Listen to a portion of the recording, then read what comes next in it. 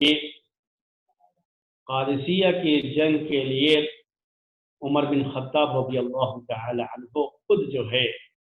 بنفس نفیس عراق جا کر کے دشمن سے دو دو ہاتھ کرنے کے لیے تیار ہو رہے تھے۔ مدینے سے آپ باہر بھی نکلے تھے، لیکن بعض صحابہ کے مشورے پر آپ پھر واپس گئے اور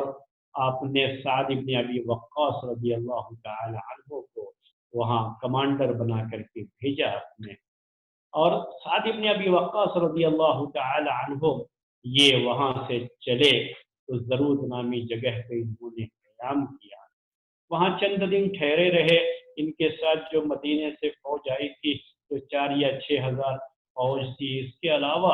انہوں نے اس علاقے سے جہاں پہ یہ ٹھہرے تھے، یہ نجد کا علاقہ تھا، زرود نامی جگہ تھی، وہاں سے انہوں نے نئی بھرتی بھی کیا فوج میں، اور نئی بھرتی میں جو ہے تقریباً 7,000 فوج مزید ان کے ساتھ ہو گئی۔ مثنہ بن حارثہ رضی اللہ تعالی عنہ جو کہ اس علاقے میں فوج کے کمانڈر تھے ان سے پہلے، اور جن کی جو ہے کمانڈ میں وہاں فتوحات بھی ہوئی، اور وہ کافی بیمار پڑ چکے تھے، زخم جو میدان جنگ میں لگا تھا وہی زخم خراب ہو چکا تھا، اور ان کی موت اب کو اپنے بالکل قریب نظر آنے لگی تھی، تو انہوں نے اپنے بھائی معنا کو بلا کر کے اس کو جو ہے سعد بن ابی وقاص کے پاس جو ہے خط جو ہے لکھوایا، کچھ باتیں کہی اور کہا کہ یہ باتیں جو ہے سعد بن ابی وقاص جو نئے کمانڈر آ رہے ہیں ان تک پہنچا دیا جائے۔ وہ زرود نامی جگہ پہ ابھی ٹھہرے ہوئے تھے سعد بن ابی وقاص، اور اس کے بعد مثنہ بن حارثہ رضی اللہ تعالی عنہ کی وفات ہو گئی۔ معنا بن حارثہ نے جو ہے جا کر کے سعد بن ابی وقاص کو یہ باتیں بتائی جو کہ مثنہ بن حارثہ نے کہی تھی، انہوں نے ان کی تعریف بھی کی اور ان کی وہ باتیں انہوں نے گرہ میں باندھ بھی لی، اور مثنہ بن حارثہ کے دنیا سے جا رہے تھے، یہ فوج کے کمانڈر تھے میرے بھائیوں، ایمان والے لوگ تھے، ان کا معاملہ یہ تھا کہ یہ دنیا میں رہے تب بھی ان کو امت کی فکر تھی، اور جب تک دنیا میں رہے اور تب تک یہ لوگ جنگ کے میدان کے شہسوار رہے اور اللہ کے کلمے کو بلند کرنے کے لیے کوششیں کرتے رہے، اور جب آخری وقت بھی ہے تب بھی فکر تھی تو امت کی فکر تھی۔ سوچیے یہی سب چیزیں ہیں، ہم نے آپ سے کہا تھا کہ ہم کوئی یہ جنرل نالج کے طور پر نہیں پڑھ رہے ہیں، ہم تو یہ نصیحت اور عبرت حاصل کرنے کے لیے پڑھ رہے ہیں، اپنی موت کو اپنی آنکھوں سے دیکھ رہے ہیں، دنیا سے چل چلاؤ کا وقت ہے، ایسی کوئی فکر نہیں ہے کہ میری بیوی کیا کرے گی تو میرے بچے کیا کریں گے میرے مرنے کے بعد، ان کا کیا ہوگا ان کا کیا ہوگا، کچھ نہیں فکر ہے تو امت کی، یہ امت یہ فوج جو کہ وہاں پہ فارس کے اس علاقے میں موجود تھی، اصل وہ عربوں کا ہی علاقہ تھا لیکن فارس کے ماتحت تھا، وہاں پر جو ہے پرسین جو ہے گورنمنٹ کا کسرا کا قبضہ تھا، یہاں پر جو مسلمان فوج ہے ان کا کیا ہوگا، آگے کیسے بڑھنا ہے اور کیسے دشمن سے مقابلہ کرنا ہے، جو ان کے پاس تجربہ تھا اس علاقے میں جنگ کرنے کا، اپنا وہ تجربہ اپنا وہ ایکسپیرینس انہوں نے اس حالت میں بھی سوچا کہ نئے کمانڈر سے اس کو شیئر کر لیا جائے، انہوں نے نصیحت کرتے ہوئے یہ باتیں ان کو لکھی تھی، سعد بن ابی وقاص کو بتائی تھی، بتانے کے لیے بھیجا تھا لوگوں کو وہاں سے کہ ان کو بتا دینا کہ ان سے جنگ کرنا ہے تو اپنے علاقے میں رہ کر کے جنگ، سرحد جو ہے کون سی ہونی چاہیے، اپنے علاقے سرحد ہونی چاہیے، وہاں سے جنگ، یہ تجربہ تھا ان کو، تو انہوں نے اپنا تجربہ ان سے شیئر کیا۔ بعد میں عمر بن خطاب رضی اللہ تعالیٰ عنہ نے بھی سعد بن ابی وقاص کو یہی مشورہ دیا، انہوں نے بھی یہی نصیحت کی تھی کہ آپ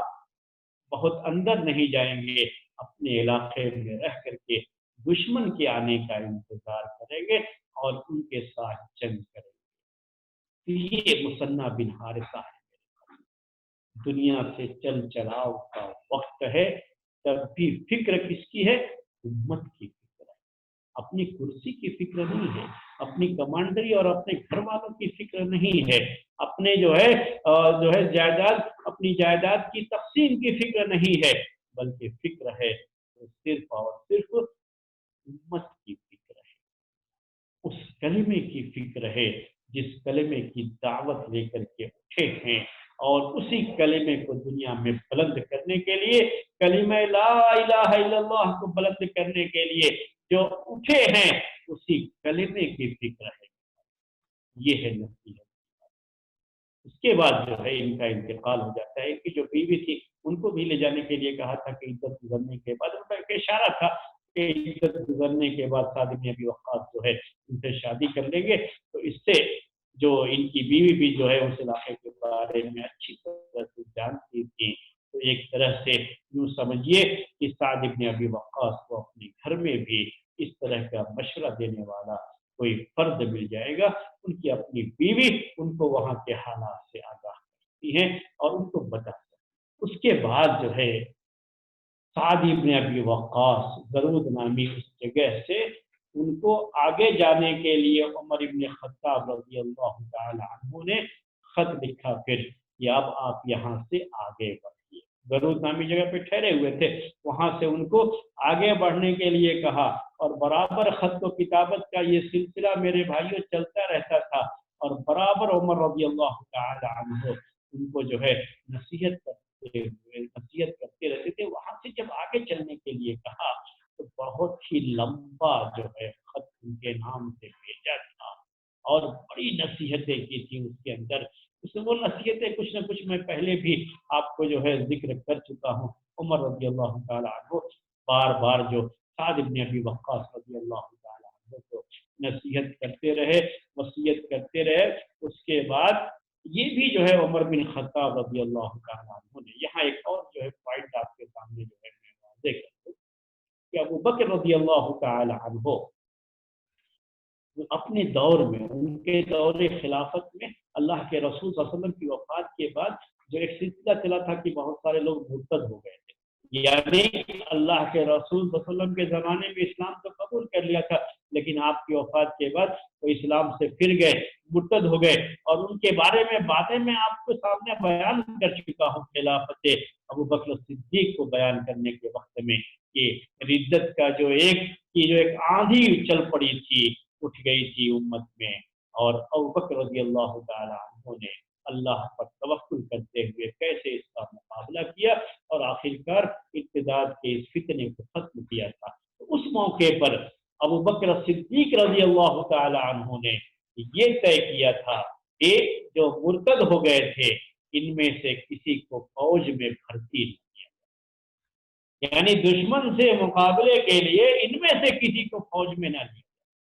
ان کی یہ جو ہے پالیسی تھی، ان کی یہ سیاست تھی، اس دور میں انہوں نے اس سیاست کو اپنایا۔ ان کے سامنے بات کیا تھی؟ ان کے سامنے بات یہ تھی کہ یہ لوگ جو کہ ایک مرتبہ جو ہے دھوکہ دے چکے ہیں، اور ایک مرتبہ انہوں نے دین سے اپنی برگشتگی کا اعلان کیا ہے، تو ڈر یہ ہے کہ کہیں عین جنگ کے موقع پر یہ دشمن سے جانا ملے، تو اب ان کے اوپر اعتماد نہیں رہا۔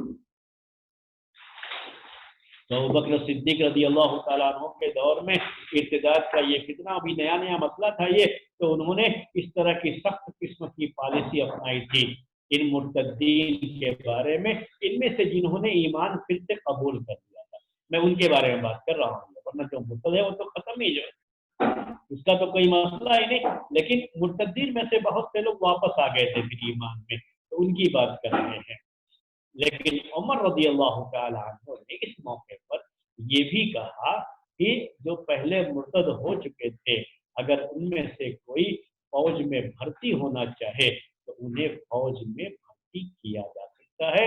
جن کے بارے میں ان کی زندگی سے ہمیں یہ احساس ہونے لگا ہے، ہمیں یہ یقین ہونے لگا ہے کہ ان کی توبہ سچی تھی اور سچے دل سے یہ لوگ اسلام میں آ گئے ہیں، تو ایسے لوگوں کو قبول کر لینے کے لیے عمر رضی اللہ تعالیٰ نے ہدایت دی، یعنی ان کو پھر سے فوج میں بھرتی کیا جا سکتا ہے۔ یہاں میں یہ پوائنٹ آپ کے سامنے واضح کرنا چاہوں گا کہ اس طرح کے جو فیصلے ہوتے ہیں کسی بھی خلیفہ کے، یہ وقت کا لحاظ کر کے، وقت کا خیال کر کے فیصلہ ہوتا ہے۔ بعد میں آنے والوں کے لیے اسی فیصلے کو ماننا ہے، اور ہمارے جو ہے پہلے نے یہ فیصلہ کر دیا، اب ہم اس کے خلاف نہیں جا سکتے، ایسا کچھ معاملہ نہیں۔ وہ جو مسئلہ تھا کہ مرتدین کو ان میں سے اگر کوئی واپس اسلام میں آ گیا ہے تو ان کو فوج میں بھرتی نہیں کیا جائے گا، ابو بکر رضی اللہ تعالی عنہ کا یہ فیصلہ ان کے اپنے زمانے کے لحاظ سے ان کا اجتہاد تھا، اس وقت کی ضرورت تھی۔ ایسا نہیں ہے کہ یہ آسمان سے اترا ہوا کوئی حکم تھا کہ بعد کے دور میں اس کے خلاف نہیں جا سکتے۔ یہاں عمر رضی اللہ تعالی عنہ اس کے خلاف تھے، یہ خود اس بات کی دلیل ہے کہ یہ فیصلے، اجتہادی فیصلے وقت کے لحاظ سے ہوا کرتے تھے، اور بعد کے دور میں اگر مصلحت تقاضا کرے تو اس کے خلاف بھی فیصلہ کیا جاتا ہے۔ تو عمر رضی اللہ تعالیٰ عنہ نے کیا کیا؟ اس فیصلے کو بدلتے ہوئے انہوں نے یہ اعلان کیا کہ مرتدین میں سے جن کی توبہ بالکل سچی توبہ رہی، جن کے عمل سے یہ ثابت ہو رہا ہے کہ یہ بالکل سچے اسلام کے پیروکار بن گئے ہیں، تو پھر اب ان کو موقع دینا چاہیے جنگ میں شرکت کے لیے، اور ان کو جنگ میں بھرتی کرنے کا معاملہ شروع ہو گیا، ان کو بھی بھرتی کیا۔ اور یہاں یہ بات البتہ رہی کہ ان میں سے کسی کو بھی کوئی عہدہ نہیں دیا جائے گا، یعنی کسی بھی درجے کا ان کو کمانڈر نہیں بنایا جائے۔ تو کمانڈر ان چیف ہوتا ہے، پھر چھوٹے چھوٹے کمانڈر بھی ہوتے ہیں، تو کسی بھی درجے کا ان کو عہدہ نہیں دیا جائے گا، منصب نہیں دیا جائے گا، کمانڈری نہیں دی جائے گی۔ ایک معمولی فوجی بن کر کے اسلامی فوج میں انہیں بھرتی کر کے فوج کا جو ہے عہدہ مل سکتا ہے، اس سے بڑھ کر کے کمانڈری کی کوئی چیز ان کے ہاتھ میں نہیں آئے گی، کیونکہ دنیا کی لالچ میں انہوں نے ایک مرتبہ ارتداد کی آندھی میں یہ بھی جو ہے بہہ گئے تھے، ارتداد کے طوفان میں یہ بھی بہہ گئے تھے، اس لیے ان سے ڈر ہے کہ کہیں عہدے کی لالچ میں، کرسی کی لالچ میں پھر اپنے ایمان کا سودا نہ کر لیں، اس لیے ان کو جنگ کے میدان میں شرکت کا تو موقع دیا جائے گا، لیکن ان کو کمانڈری کسی بھی درجے کی نہیں دی جائے گی۔ اس کے بعد عمر بن خطاب رضی اللہ تعالی عنہ نے پھر جو ہے جب سعد بن ابی وقاص وہاں ضرور نامی جگہ سے چلے تو آگے جا کر کے انہوں نے شراف نامی جگہ پر پڑاؤ کیا تھا، اور شراف نامی یہ جگہ جو ہے یہ عراق کے جو ہے بارڈر پہ یہ چیز ہوئی تھی، اور وہیں پر یہ پڑاؤ کیے ہوئے تھے۔ تو وہاں پر جب یہ ٹھہرے ہوئے تھے تو پھر عمر بن خطاب رضی اللہ تعالی عنہ کا خط آیا ان کے نام سے، اس میں ان کو پھر نصیحت کی کہ آپ یہاں سے آگے بڑھیں،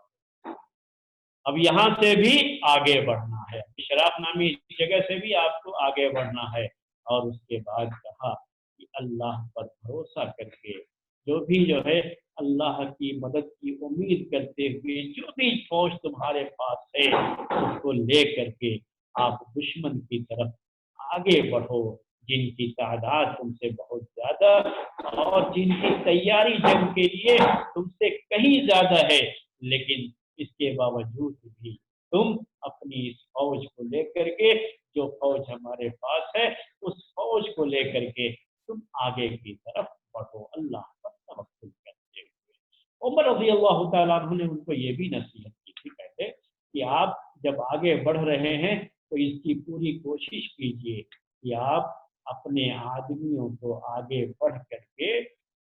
جو جاسوسی کا معاملہ ہوتا ہے ان میں سے کچھ لوگوں کو بھیج کر کے دشمن کے علاقے میں دشمن کی خبر جو ہے لیتے رہنا، یہ ہر زمانے میں چیز رہی ہے، اور اس زمانے میں بھی ہوتی ہے، ہر زمانے میں یہ چیز رہی ہے کہ اصل فوج جو ہے وہ تو میدان جنگ میں جنگ لڑتی ہے، لیکن ان فوج سے پہلے جو جاسوس ہوتے ہیں اور جو پل پل کی خبر دیتے ہیں، اصل ان کا کام فوج سے بھی کہیں زیادہ اہم ہوتا ہے، اور ان کی جو بھومکا ہوتی ہے کسی بھی جنگ کو جیتنے اور ہارنے کے تعلق سے وہ بہت اہمیت رکھتی ہے، اسی لیے یہ لوگ اپنی جان پر کھیل کر کے دشمن سے جو ہے ان کی خبریں نکال کر لانے کی کوشش کرتے ہیں۔ عمر رضی اللہ تعالیٰ عنہ نے سعد بن ابی وقاص کو اس کی طرف بھی توجہ دلائی کہ آپ اس جو ہے میدان اس جو ہے فیلڈ کو بھی کا بھی خیال رکھیں اور اپنے جاسوس بھیج کر کے آگے سے خبریں معلوم کرتے رہیں کہ کیا کیا جو ہے چیزیں آپ کو جو ہے پیش آ سکتی ہے اور دشمن کس طرح کی تیاری میں ہے اور وہ کرنا کیا چاہ رہا ہے۔ دشمن کے ارادوں کو بھانپ کر کے اپنے فوج کی ترتیب اور اپنے جو ہے اپنا جو یہ انسان کا جو اپنا جو پلان ہوتا ہے اس کے لحاظ سے پلان تیار کرنا ہوتا ہے۔ اس کے لیے دشمن کے بارے میں خبر رکھنی بہت ضروری ہوتی ہے۔ عمر رضی اللہ تعالیٰ عنہ نے یہ بھی لکھا تھا ابن ابی وقاص رضی اللہ تعالیٰ عنہ کے پاس، کہا کہ پورا جو علاقہ ہے وہاں کا آگے بڑھنے کے لیے کہا پورے علاقے کو آپ اس طریقے سے لکھ کر کے بھیجیں میرے پاس جیسے کہ میں اسے اپنی آنکھوں سے دیکھ رہا ہوں، یعنی میرے سامنے وہاں کا پورا نقشہ بالکل صحیح انداز میں رہے تو میں یہاں سے تمہیں جو ہے نصیحت کر سکتا ہوں، کمانڈ کر سکتا ہوں کہ تم کو کہاں جانا ہے، کس جگہ قیام کرنا ہے اور کون سی جگہ بہتر ہوگی جنگ کے میدان کے لیے۔ تو عمر رضی اللہ تعالیٰ عنہ دور بیٹھ کر کے بھی میرے بھائیوں یوں سمجھیے کہ جنگ میں شریک ہیں اور گویا کی اصل کمانڈر وہی ہیں جو مدینے میں رہتے ہوئے کمانڈری کر رہے ہیں، پوری فوج کا ایک ایک لمحے فوج کے ساتھ گزار رہے ہیں، کیونکہ برابر خط و کتابت کا یہ سلسلہ جاری رہا میرے بھائیوں، اور یہ چیزیں جو ہے بہت اہمیت رکھتی ہیں۔ عمر رضی اللہ تعالی عنہ نے یہ بھی کہا کہ اب جب جو ہے دشمن سے مقابلہ ہوگا تو لکھ کر کے بھیجا کہ جب دشمن سے مقابلے کے وقت میں اگر دشمن پیٹ پھیر کر کے بھاگنے لگے تو یہ بھی نصیحت کی تھی کہ ان کا پیچھا کرنا چھوڑنا نہیں۔ اس مرتبہ مدائن جو ان کا کیپٹل سٹی تھا اور یہی مدائن سب سے اہم سٹی تھی ان کی اور ان کا سب سے اہم قلعہ تھا کیسرا کا، وہاں تک پیچھا کرنے کی عمر رضی اللہ تعالیٰ عنہ نے اسی وقت ہدایت دے دی تھی جبکہ ابھی جنگ شروع نہیں ہوئی تھی۔ وہ لکھ کر کے برابر جو ہے بھیجتے رہے اور سعد ابن ابی وقاص سے وہاں کے حالات کے بارے میں کہ آپ پورے طریقے سے لکھ کر کے بھیجتے رہیے اور ہم یہاں سے آپ کو گائیڈ کرتے رہیں گے۔ اس طریقے سے عمر رضی اللہ تعالیٰ عنہ کو اللہ تعالیٰ نے جو صلاحیت کی تھی اس صلاحیت کو کام میں لاتے ہوئے وہ برابر فوج کو کمانڈ کرتے رہے اور فوج کے جو کمانڈر تھے ان کے لیے نصیحتیں بھیجتے رہے۔ عمر رضی اللہ تعالیٰ عنہ نے یہ بھی نصیحت کیا جو ہے سعد بن ابی وقاص کو کہ اصل مقصد یاد دلایا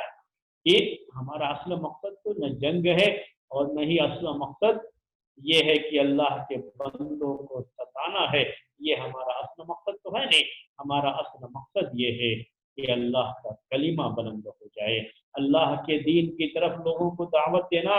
اور جو لوگ ہر ایک امن و امان کی زندگی میں آ جائے، لوگ بندوں کی عبادت چھوڑ کر کے اپنے رب کی عبادت کی طرف آ جائیں، اپنے رب کو رب مانیں اور تنہا اس کی عبادت کریں۔ یہ جو ہے اسلامی دعوت ہے اور یہی دعوت یہی مقصد لے کر کے اسلامی فوج آگے بڑھی تھی۔ آپ اس بات کو سمجھتے ہیں تو عمر رضی اللہ تعالی عنہ نے یہ اسلامی فوج کو اس کا سبق یاد دلایا اور سعد ابن ابی وقاص رضی اللہ تعالی عنہ سے انہوں نے یہ طلب کیا، یہ کہا کہ جب آپ اب لوگ جب پہنچے ہیں وہاں پر، اصل میں اس کے بعد یہ لوگ قادسیہ جگہ ہے وہاں پر پہنچتے ہیں تو قادسیہ میں ہی پڑاؤ ہو جاتا ہے، تو عمر رضی اللہ تعالی عنہ پھر جو ہے لکھتے ہیں ان کو جو ہے سعد بن ابی وقاص کو کہ یہ اپنی طرف سے ایک ڈیلیگیشن بھیجیں کسرا کا جو بادشاہ تھا اس وقت جو ہے یعنی ایران کا جو بادشاہ تھا اس بادشاہ کے پاس، اہل فارس کا جو بادشاہ تھا اس بادشاہ کے پاس، اور یہ پہلے میں بتا چکا ہوں کہ اس وقت جو بادشاہ تھا اس کا نام جو ہے یزدجرد تھا، یہ اس کو یزدجرد ثالث کہا جاتا تھا، تھرڈ کے معنی میں، اسی نام کے پہلے بھی دو گزرے ہوئے ہیں تو اس کو یزدجرد ثالث کہا جاتا تھا۔ تو کہا عمر بن خطاب رضی اللہ تعالیٰ عنہ نے اپنے خط میں سعد بن ابی وقاص کو نصیحت کرتے دیتے ہوئے کہ اب آپ جو ہے دعوتی ذمہ داری کو اٹھاتے ہوئے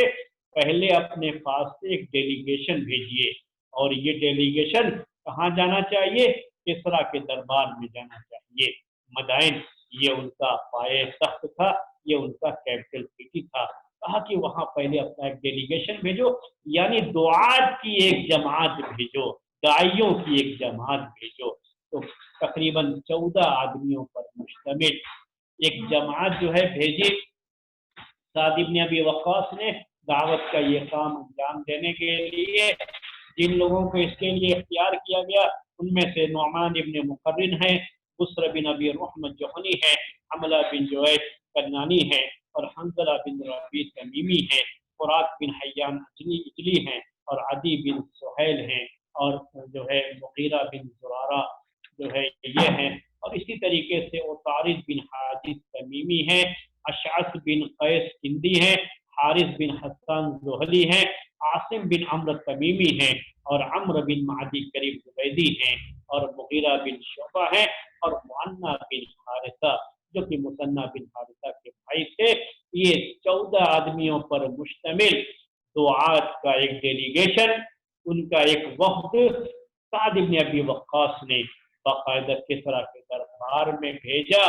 اور جا کر کے اس کو اسلام کی دعوت دینی ہے، حکمت کے ساتھ، موعظت کے ساتھ، اور اگر بحث مباحثے کا بھی مسئلہ آ جائے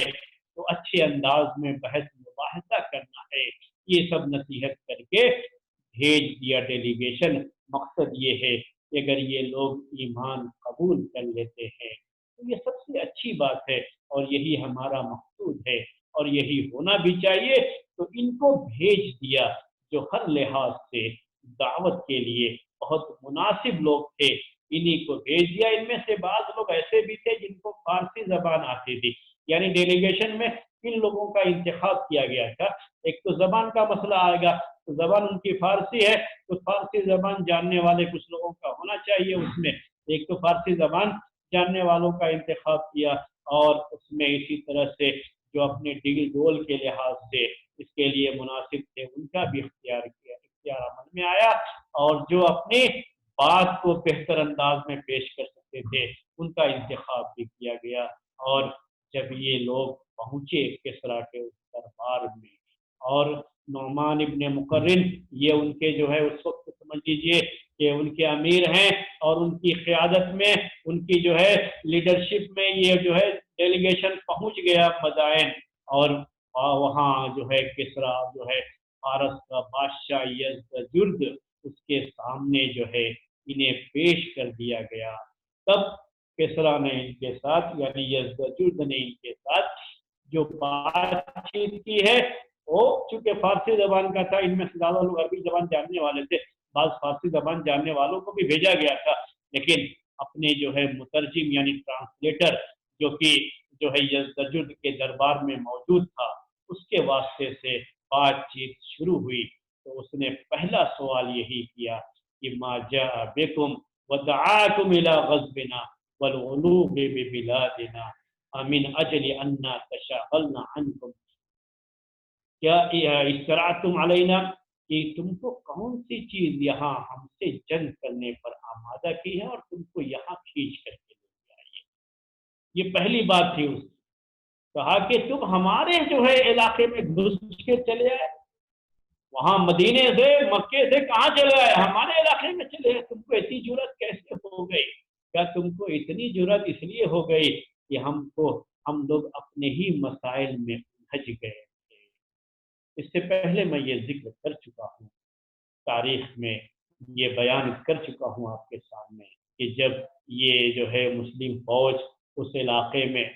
جو فوج عراق کا یہ جو ایریا تھا، اس علاقے میں ان کی دشمن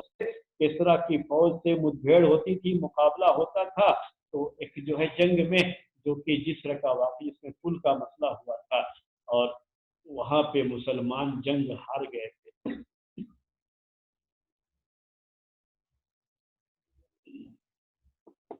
اس کے بعد یہ ہوا، اللہ تعالیٰ کی طرف سے مدد یہ آئی کہ اب جب ان کے پاس ایک وقت تھا کہ دشمن کو جو ہے اسلامی فوج ہار گئی ہے،